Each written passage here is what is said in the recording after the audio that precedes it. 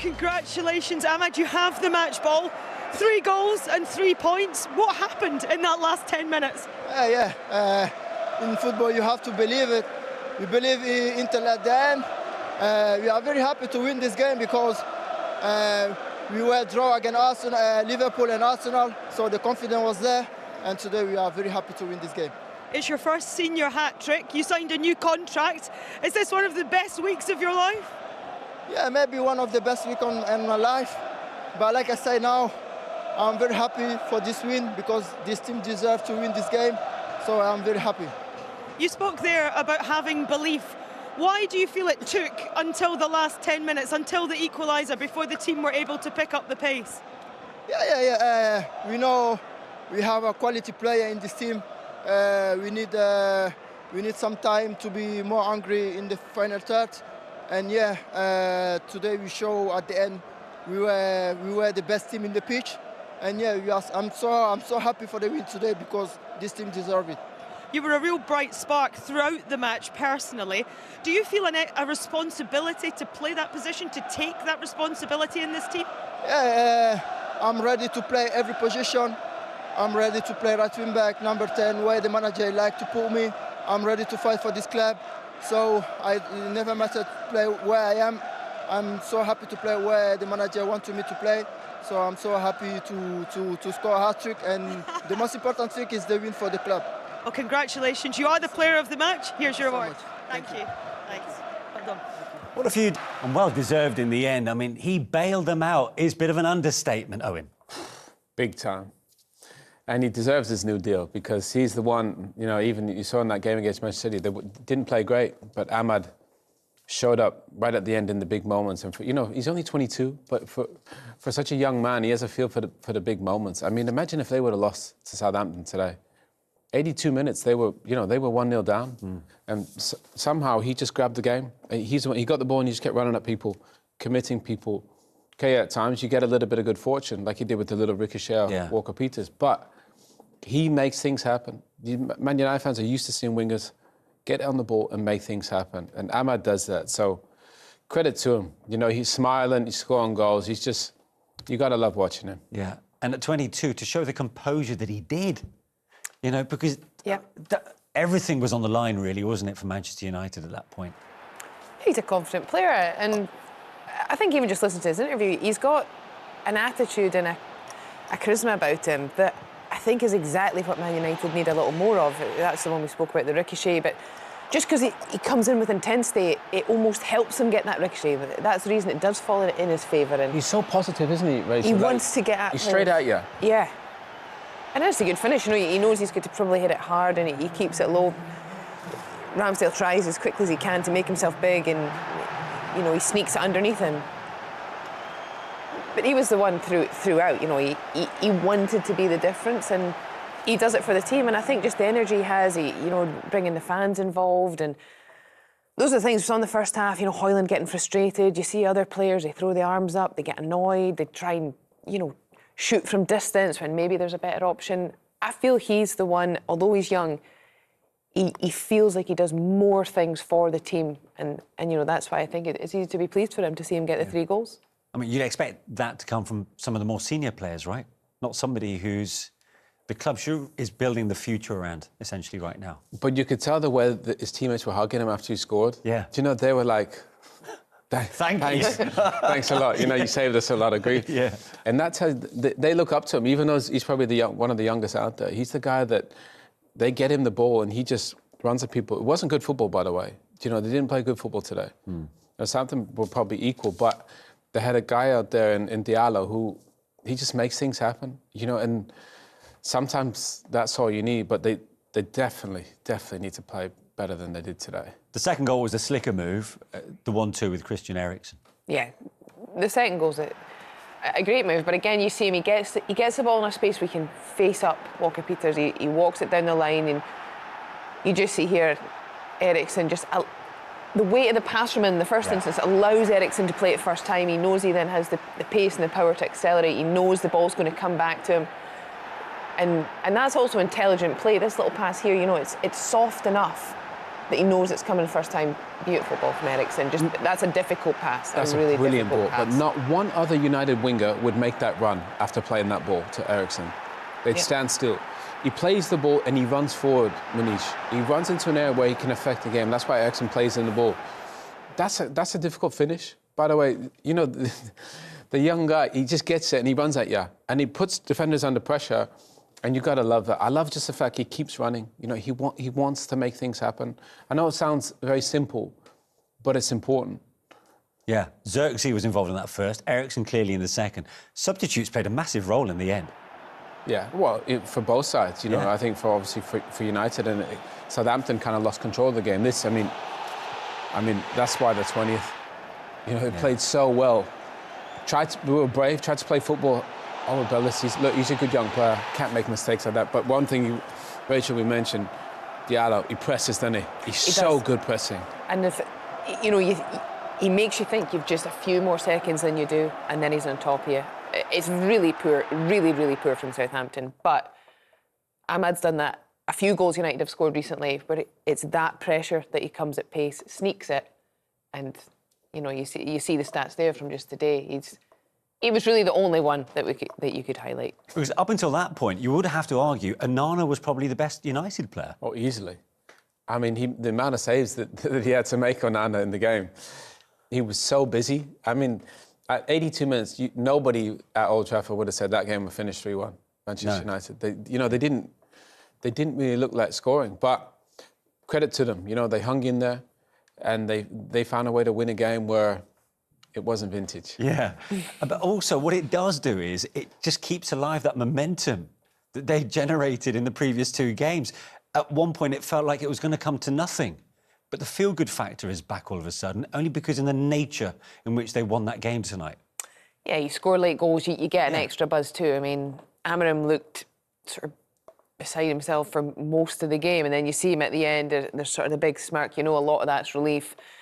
It does continue the good momentum, but I do think there will be a lot of questions asked in the coming days before the weekend, because Southampton were the better team for the most part across the majority of the game. They looked like a side bottom of the table for most of that game. You wouldn't have said so, no. And I think for a club like Manchester United, the last two performances, you know, getting after Liverpool, we understand the rivalry there. You know, going up against Arsenal, player down, having to fight. As a player, those things don't ask as much of you, but the character to play against a team that's bottom, that you should dominate, I think today we still didn't see enough. I still think that the players that United have, they need to be able to perform to a higher standard much more consistently. I mean, Suleimana looked like he had the beating of everyone, didn't he? Dribbling in the first half, he was brilliant. Suleimana, I mean, he destroyed everybody out there, didn't he? He just kept running at Euro, you know, and had to beat him every time. So they'll watch that game back and not believe they didn't get something from the game, Southampton. But for Manchester United, they need to start building, you know, and that could be something, but we keep saying it. But still, what are they, 12 now? Yeah. They were 15, they're 12. Obviously, got some big 10 games coming. of the bottom three. I think they got Brighton coming up, Fulham, who are right in and around them. So they need to start building. But the one thing you would say is from the starting 11 that he had out there to what he ended up with, his team virtually changes every game, almost completely. Yeah. So I think he needs to... I know he starts with something, but he looks like he's got to settle in a group of players that he thinks, these are my guys going forward.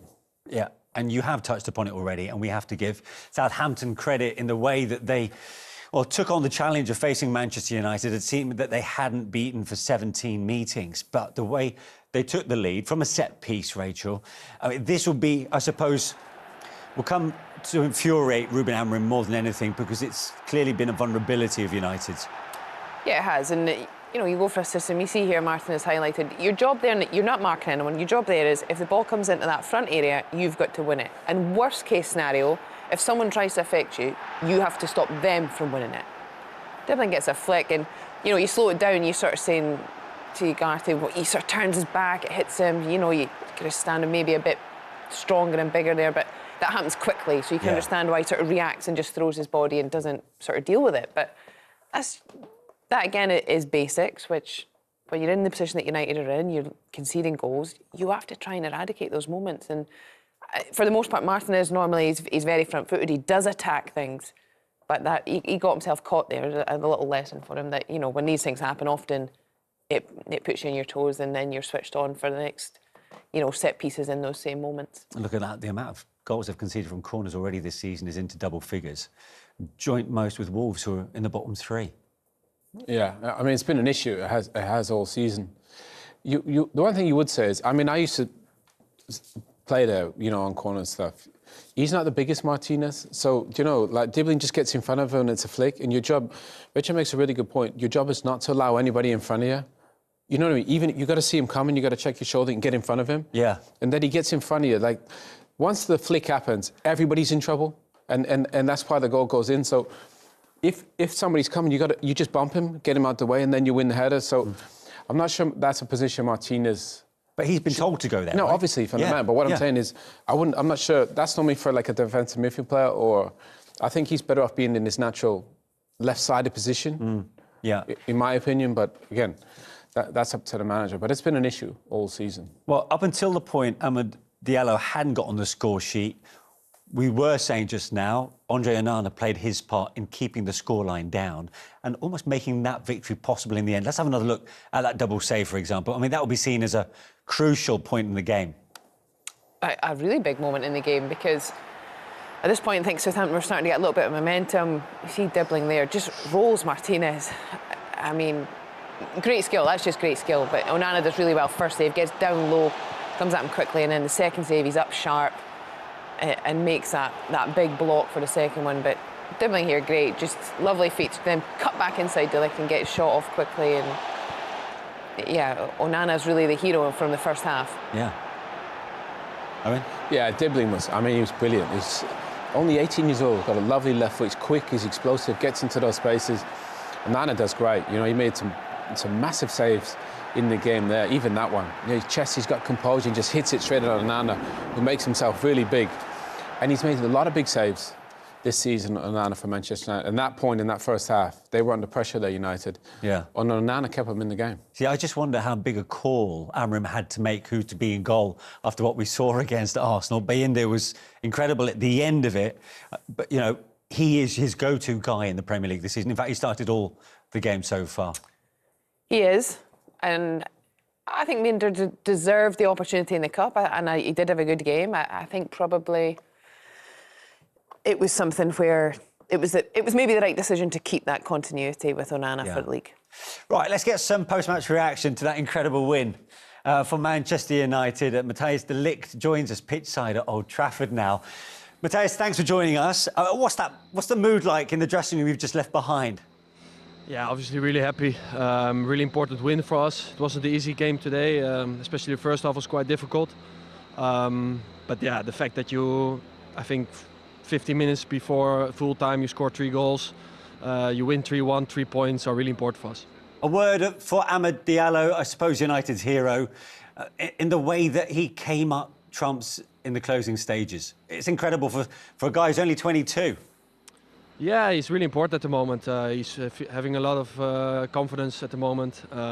He's playing really well. He's playing really well also between the lines, on the side. And I think today what was really important was that he still had the energy to make these runs, to make this 1-against-1, because that's obviously how they play, 1-against-1 on the whole pitch. So yeah, the fact that he could still do that in the last minutes was really important. I have to ask you, did you see that coming with 81 minutes on the clock at that point? Yeah, you always believe, and especially against teams from Juric, the coach. I know him from Italy, the way their team's playing. It's always really aggressive, but in the last minutes they always get a little bit tired and you get a lot of space, and I think you saw that today. I think the fact that we kept believing in winning this game was really important, and yeah, obviously 3-1 in the end. To say that I knew that it was going to happen, it would be a lie, but I still believed in it. Yeah, of course. Thanks for your honesty, though. But, you know, up until that point, why was it United were unable to find that kind of standard of performance that we saw against Arsenal and Liverpool before? Yeah, I think the way they play is one against one on the whole pitch, and to win a game like that is important to win your duels. And I think especially the first half, we couldn't get out of our half. Every ball we lost on our own half, and then it's difficult to play. Then it's also obviously the confidence goes down of the players.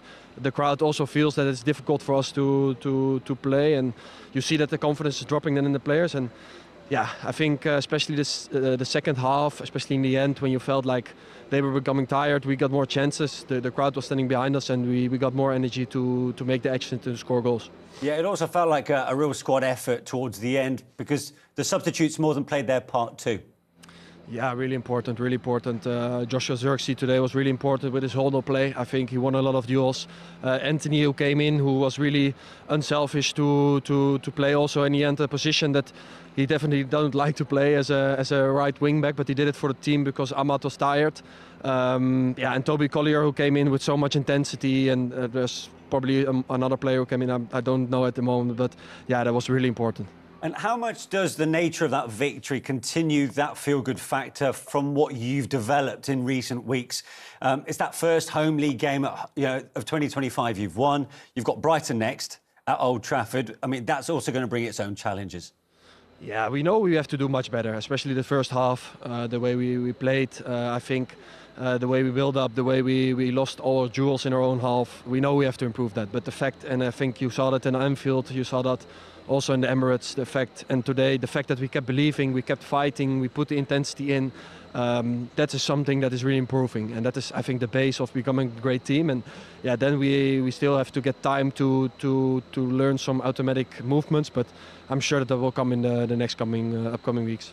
Great stuff. Thanks for joining us tonight. Well done today. Thank you. Thank you. Matthijs de Ligt there giving us his post-match reaction to an incredible 90 minutes, or I should say incredible 12 minutes in the way that game finished.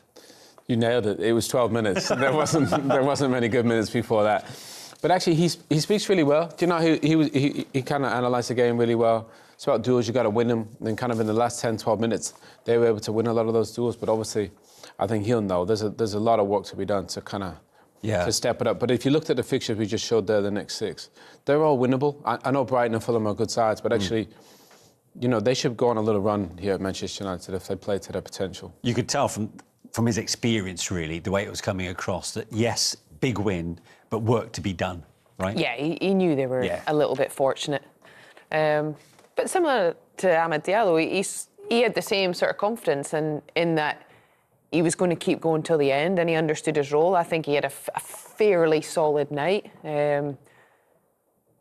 But I think he also knows that they need to also build and keep going. And there's still that just element of uncertainty from the fans and from the energy inside the stadium, as he touched on. Right, so we've heard from de Ligt. What about the post-match thoughts of his manager? Here's Ruben Amorim. Ruben, many congratulations on the victory, but what's your overwhelming emotion that you've won a game that for a long time it looked like you might lose? Yes, we had that feeling. We lost some chances. It was not a great game. We didn't do a great game, but I think after Liverpool and Arsenal, I felt the team a little bit tired. And always late, especially in the first half, and with a lot of problems between the lines. The speed of Suleimana was really hard to catch, and they create some chances also. But then we improve in the second half. They lost some strength because they were doing man-to-man during the pressure. Then we take control of the game. We create chances. You had a feeling that it's going to be hard, but in the end, I think we deserve the win. Were you surprised by Southampton, the fact that they deservedly led and might have scored more than the one goal they managed in the first half? I was not surprised. I know that this coach puts a lot of intensity. His style is known in Italy. They were stronger in the duels in the first half, but like I said, then the second half they lose some power. And we took advantage of that, and I think the most important thing in this moment is to win, and we do it. Amad Diallo has scored some big goals for you. A hat-trick tonight, his first in senior football. Just how impressive was he in that final 12 minutes? Yeah, he did a great job. Even during the game, he has a lot to improve. He played in a different position today. Then in the second half, he took advantage of his ability. Good assists from the players. The last goal was similar from Everton. The recovery. So he did a good job, but he has to prepare for the next game. He's a young player, obviously, with a lot of responsibility on his shoulders, and he said to us that he felt like somebody needed to step up. How admirable is it that a player of his age, of his stature, is able to contribute in the way that he did? Yeah, all the players in this team have the same responsibility. He doesn't have to step up. That thing will appear if he do the work, if he train well. Good things going to happen. So he has the same responsibility of every player that play for Manchester United. But he's in a great moment. He's doing a very good season. But like I said, we see this in the past with a lot of players, young players in our squad. So he has to continue to work and to play like that. Thanks for your time. Congratulations. Cheers. Now, that was really interesting, and that's been one of the features of his interview since he's been in England, is he's almost disarmingly honest. And he talks about Amad Diallo at 22. He doesn't have to step up. He's got more senior players around him who should be doing that. He almost seemed a little reluctant to be overly kind to, I think, Amad Diallo tonight, which maybe is just his way of managing it. You know, maybe privately there will be more confidence given to him, because I think tonight he did show what he was about. And age isn't always a relevant factor, but age can be a reason why, you know, younger players don't consistently step up. I think he's right in that everyone has the same requirement. Yeah. But it feels like Amad Diallo is the one who too often is that person of Manchester United when they do find a way to get a result, you know. Yeah, I mean, it was interesting that he chose to say that there is still room for improvement from Diallo, you know, after the highs of just literally scoring a first senior hat-trick. Is he just trying to keep his feet on the ground here? No, I think his feet are on the ground already. I don't know why I would say that, because he's the one that did grab the game. He's the one that did grab the initiative. Nobody else did. So he said, obviously, the other players could, but nobody else did. He's the one that said, right, I'm going to make something happen here. So they were very fortunate to have him out on the pitch today, Amad Diallo, because he's the one that turned that result around, virtually on his own. And I know Xerxes and Eriksson, they had moments in the game, but it was Amad Diallo that came to the rescue. And that's why everybody hugged him like he was this Father Saviour Christmas. almost. Yeah, he was. Father Christmas. Look, he was a saviour today. And, you know, and he deserves all the praise. Everybody should be praising, even the manager. Yeah, and talking of the manager, for Ruben Amorim, that's 10 Premier League games he has now managed since he came from Sporting Lisbon. In that time, he's picked up 3 wins, 5 defeats and a draw there as well. So, right, 2 draws, actually. So how do we assess the first 10? Did we expect more from them at this stage? I think we did, yeah. Much more? I think because of the success that he had at Sporting, I think we expected just he'd come in. But, I mean, maybe that is a little bit naive. You know, he's changed the formation, changed a lot of things. But 3 wins in 10 is probably not what anybody envisioned. So let's say they're a work in progress. And they're probably going to look a lot different in the summer. But right now, I still think everybody's adjusting to playing this 3-4-3 or however you want to call it.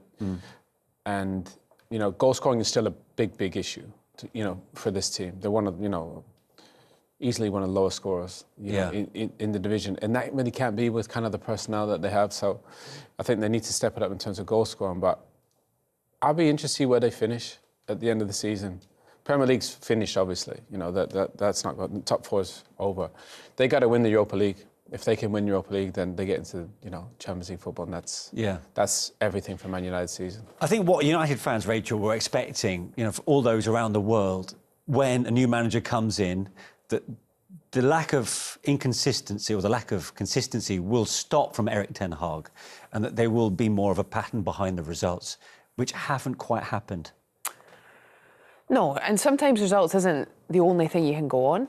I think... But what about the performances then? Yeah, and I think that's probably more, you look at tonight and other games of late, what sort of worries me a little bit is they have this system that they play, but you know, you look at tonight, they had over 20 shots. But when you actually think about it, I don't really remember Ramsdale making a save.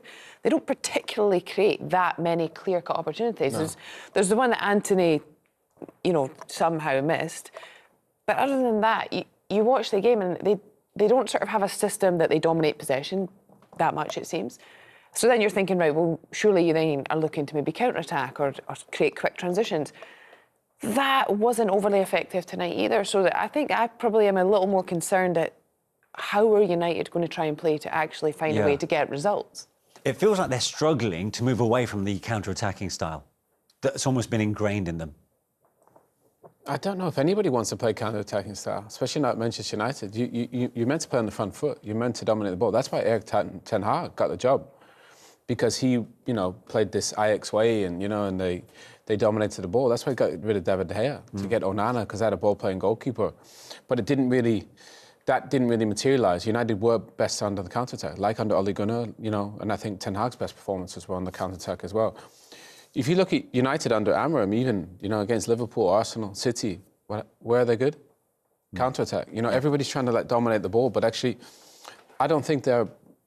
When you play two central midfield players, that ended up with Collier and Bruno Fernandes, you're not going to dominate the ball, you know, and that's against a team that's 20th in the Premier League. So I do think that it is a work in progress on many levels. Goalkeepers probably set defensively, they're not bad, but they need work in the middle of the pitch, obviously. I think, and they need to sort the striker position out. But obviously, losing Marcus Rashford could be a huge blow.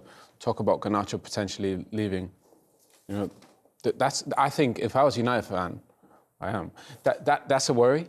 Do you know? I'm trying to do my job and be kind of, you know, not have. Okay, so what would you do then about Alejandro Garnacho? Links with Napoli? No, but Manish, nobody's leaving.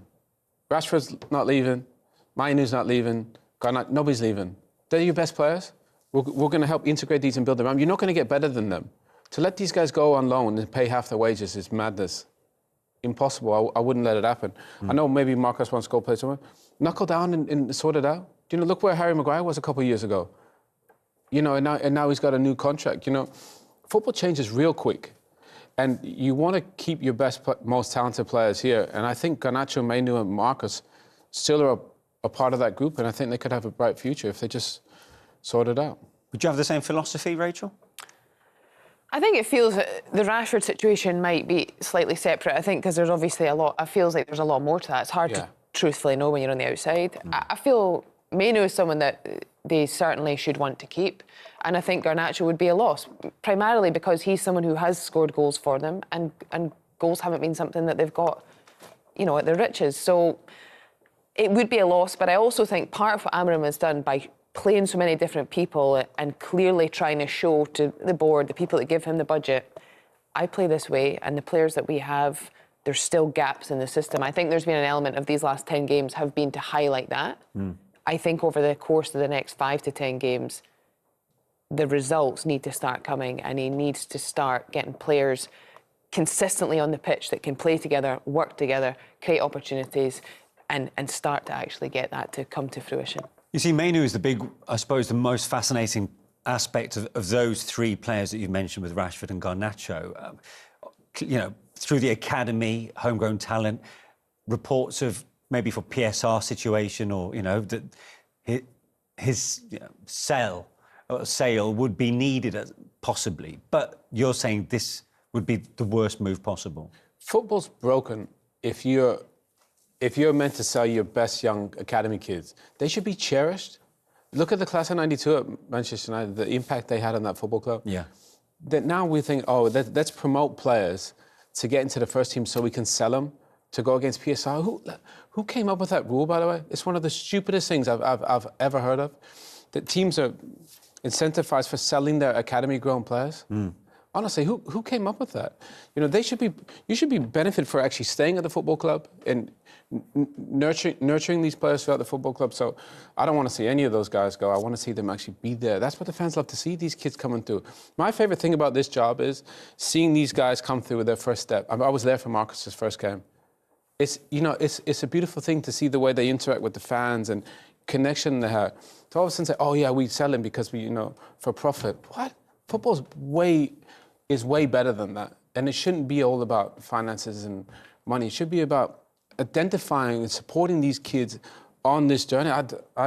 I'm blown away that they've created. That it's even been like this. talked about. Yeah, no, that it's been allowed to happen. You know, we've seen all these brilliant young kids being sold for PSR. I mean, honestly, madness. Yeah, but Rachel, I mean, it's these youngsters that clubs like Manchester United, it's the cornerstone of their, you know, of their success really going forward, isn't it? And for the fans to relate to the club. Yeah, and you want players, when you're a fan of a club, you want players to come from the academy because you believe that they love the club like you love the club. And that's not always quite true, but there's some sort of fantasy, but, you know, there's a nice element to that. And I agree. I mean, it's really sad that clubs benefit and feel in some instances because of the rules, because there's a threat of points deduction and fines and all the rest of it, that then becomes something that clubs do have to think about. You know, I'm sure Manchester United don't want to sell those players for that reason, but if they know if we do that and it's pure profit because they've come through the academy, then there is a greater gain for that reason. And I think that's where probably somebody somewhere that's way over our heads, but, you know, looking at that, because that just doesn't seem like that's the best thing for the game. Yeah. I think we did 75 minutes and like really good, playing much better than Manchester United. In the last 15 minutes we were like innocent kids and not good mentality.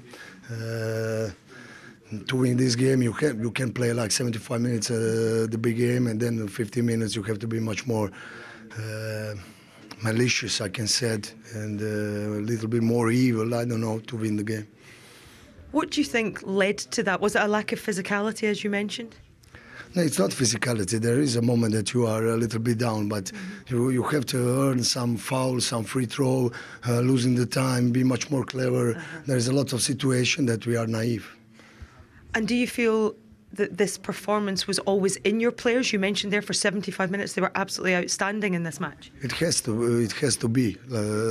Until the end we have to play like this. I think in my opinion, we have to work even more on the training to not go down last 15 minutes. And it was like really good performance here, and we have to keep continuing about 90 minutes. What are the main positives you take out of it?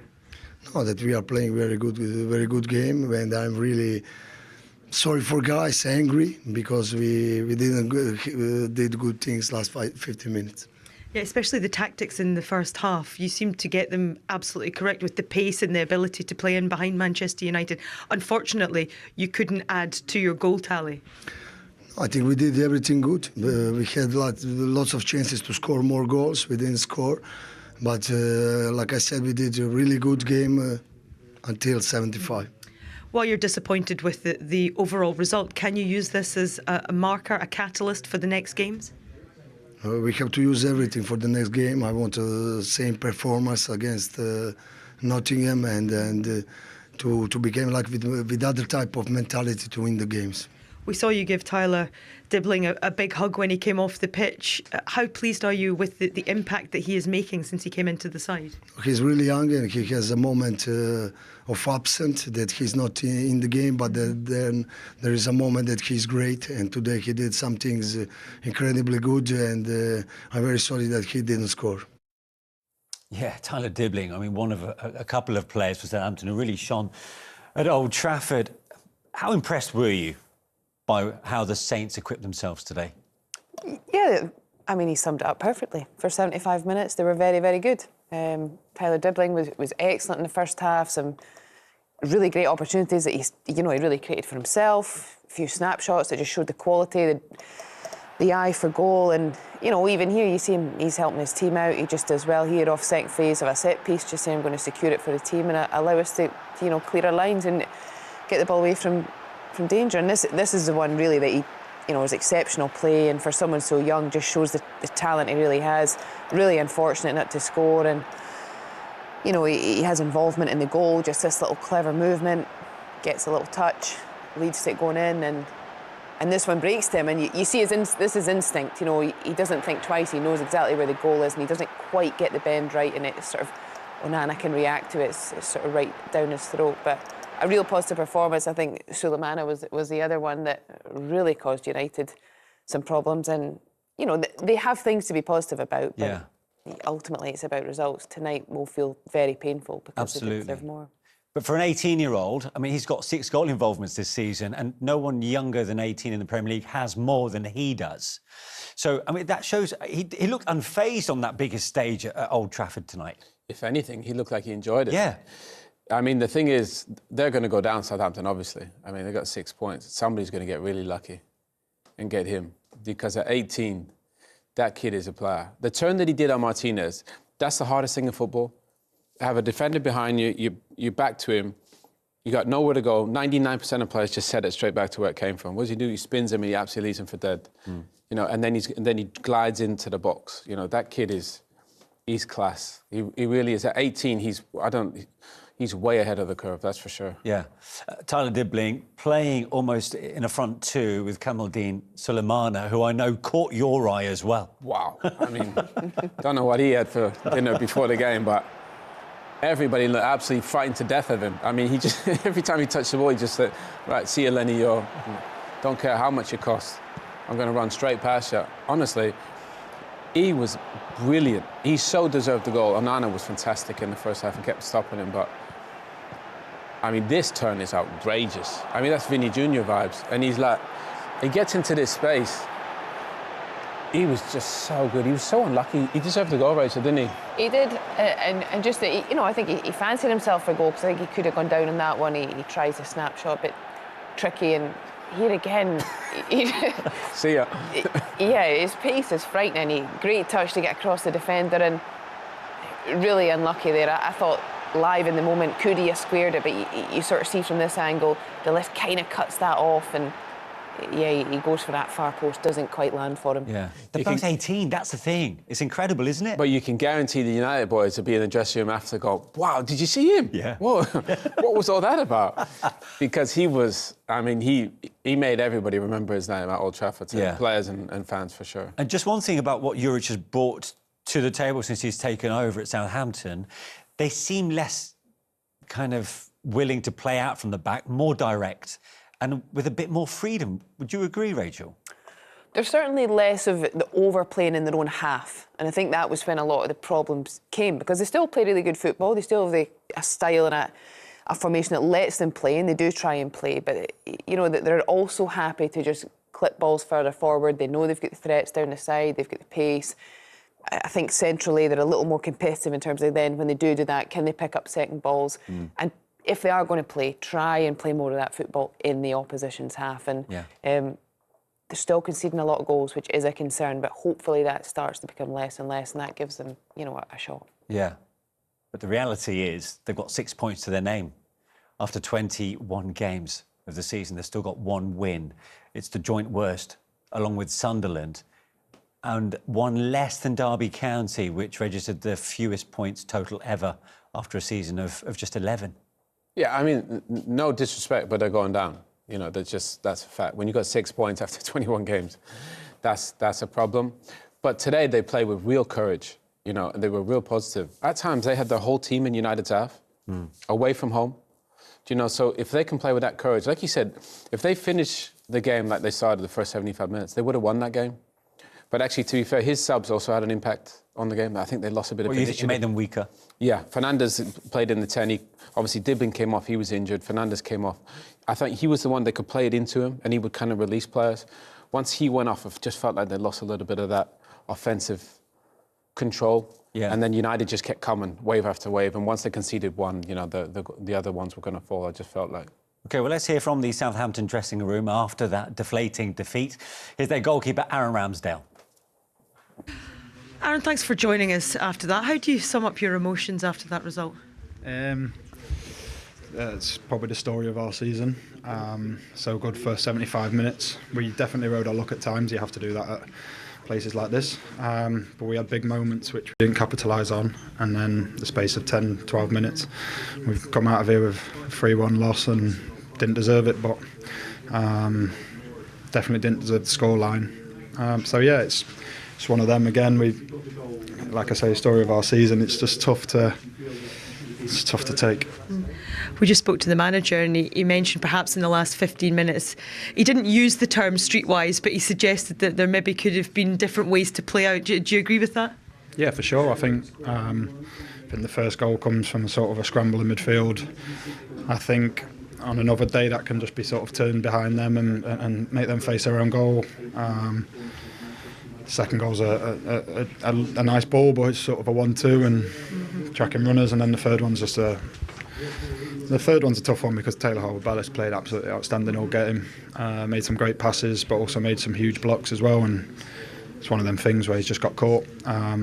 Tried to do the right thing, but the situation of that third goal is, we can throw it out the window really, because the game for us was for the first 75 minutes and we should have carried on doing that, and for 10 minutes we didn't. Yeah, he said story of their season, and you can see why in terms of their position in the table, but also what have they got to come in the next 10 fixtures. Forest, Newcastle, Ipswich, Bournemouth. You've got Brighton, Chelsea, Liverpool in there, and Spurs too. I mean, the thing is, you just want to see more of what we saw for the first 75 minutes today, right? And less of the last 15.